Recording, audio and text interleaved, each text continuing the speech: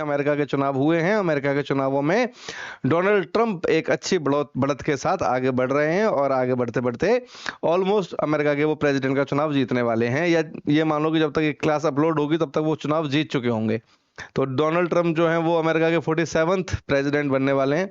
और Donald Trump के president बनने के बाद जो एशिया को लेके स्पेसिफिक जो बदलाव आने वाले हैं वो बड़े इंपॉर्टेंट है, जो आपको देखने और समझने वाले, जो आपके मतलब की सारी चीजें दो तीन जगह पे आपको चीजें देखनी पड़ेंगी, क्योंकि अमेरिका ने अभी तक इजराइल और गाजा वाले बैटल में अपना जो स्टैंड था वो क्लियर नहीं किया कि वो किसके साथ है किसके साथ नहीं है। वो मीडिएशन का काम करता रहा और मीडिएशन इसमें नहीं चल रही थी। दूसरी तरफ ये जो रशिया और यूक्रेन का वॉर हो रहा है, इसमें भी अमेरिका ने कोई एक स्टैंड क्लियर नहीं लिया, जिसकी वजह से जो वॉर है वो ऑलमोस्ट 3 साल के आसपास हो गया, जो कंटिन्यूस चलता ही जा रहा है।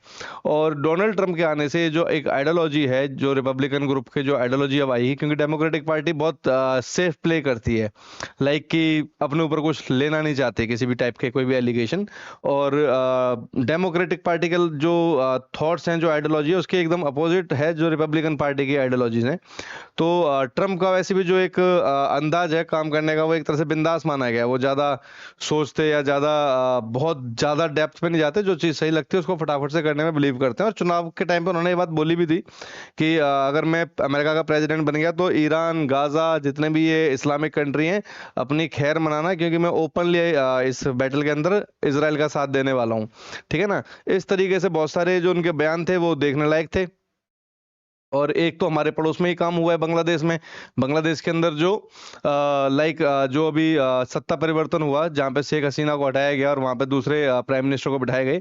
अब दूसरे जो प्राइम मिनिस्टर थे वो बांग्लादेश में नजरबंद कर रखे थे और वो काफी समय से अमेरिका में रह रहे थे।